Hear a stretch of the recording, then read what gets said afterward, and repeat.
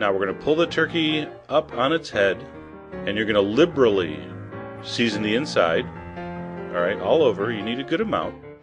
We're also going to put a handful of the mirepoix. Not a lot, just a handful. And then we're going to stuff some rosemary and sage in there also. And it's going to make for a very aromatic turkey, kind of flavored from the inside. Then we're going to tie the legs together with some string. You can use unflavored floss. All right, don't use the minty fresh kind, but any kind of floss will work. All right, so that's the inside done. Now, for the outside, I'm going to go and I'm going to loosen the skin on the top of the breast. Now you can start it with your fingers. What I like to do is take a thin rubber spatula. It has to be something that's dull, okay? Because a metal object might tear through the skin. The skin's very tough. The sharp edge will poke through.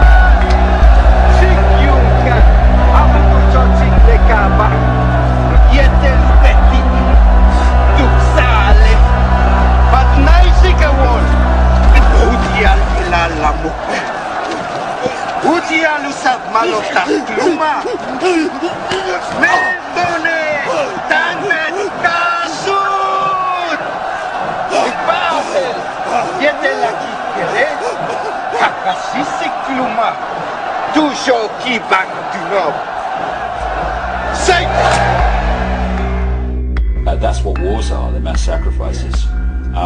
You know, this shock and awe in Iraq, for instance, was there to have a mass sacrifice.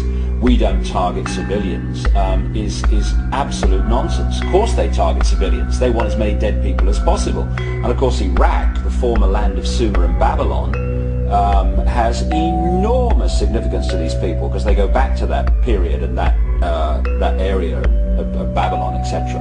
In fact, what we're seeing now is global Babylon when you look at the symbolism of Babylon. And for them to kill all those people there, it is a mass ritual sacrifice.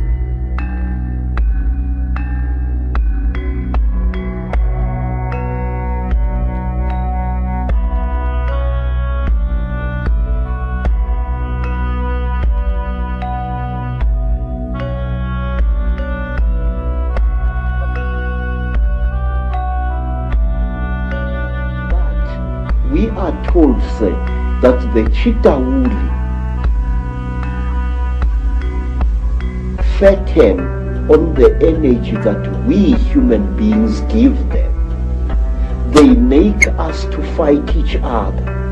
And when the whole land is drowning in death and fear and terror, when hundreds and hundreds of people are angry and afraid, the Chitawuli get fat because they eat what we call the dark power, which is brought about when human beings destroy the planet on which they live. Feed of human emotion. Yes, sir. Very, very intense human emotion.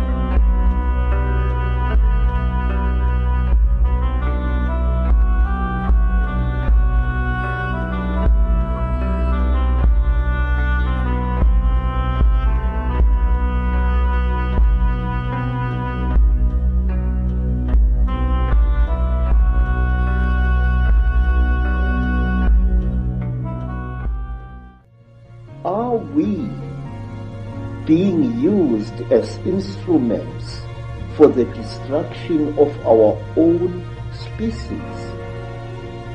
I say yes. And these gods, as they're perceived, feed off human energy.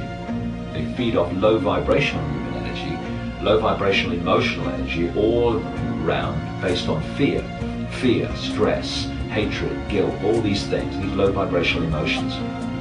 And another way they feed off human energy is by human sacrifice.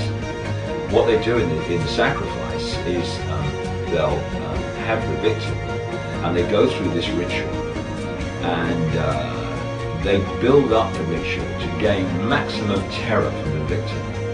So now there's tremendous energy, not just of fear, but of absolute terror. And then at the point of sacrifice, that energy is released massively. And these gods that are operating just outside human sight feed off that energy, because that terror, that low vibrational energy, represents the energy field that they are vibrating to, and therefore they can absorb that energy. They can't absorb the higher dimensional energies. They have to have low vibrational energies. Look at society. It's structured to create massive fear, stress, all these things for the population, and it's feeding these quote gods. The other thing that happens in these rituals from the human level, physical level of participants, is that there is a point where the victim is in a state of such extreme terror that a certain adrenaline enters the bloodstream. It's not even a normal adrenaline that comes from danger. It's an adrenaline that comes from sheer unbridled terror, and that enters the bloodstream at the point of sacrifice. And then these sick people drink the blood because it's got that adrenaline in it, and it gives them this rush.